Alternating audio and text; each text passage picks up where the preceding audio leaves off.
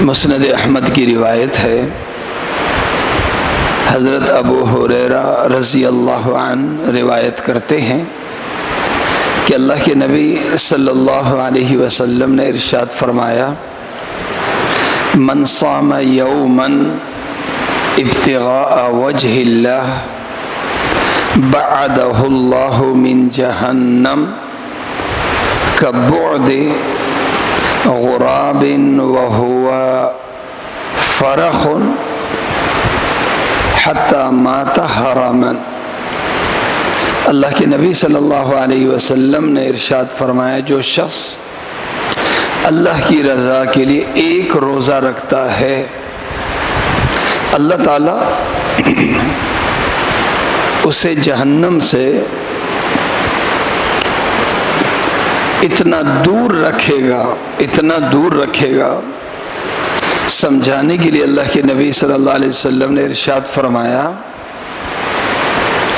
کہ کوا اڑنا شروع کرے اور وہ بچہ ہو، اڑتا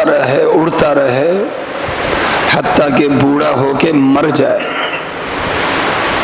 مشہور ہے کہ پرندوں میں سب سے لمبی عمر کوے کی ہوتی ہے، تو پرندہ کوا اڑتا رہے بچپن سے لے کے بڑھاپے تک۔ اب ظاہر ہے کتنی لمبی مسافت ہوگی، فرمایا جتنی لمبی مسافت ایک کوا طے کر سکتا ہے، اتنی لمبی مسافت پر اللہ تعالی اس جنتی کو جنت میں رکھے گا، جہنم سے دور رکھ کر۔ تو جب ایک روزے کا یہ ثواب ہوا تو 30 دن کے جب ہم روزے رکھتے ہیں تو اللہ تعالیٰ اس پر ہمیں کیا دے گا۔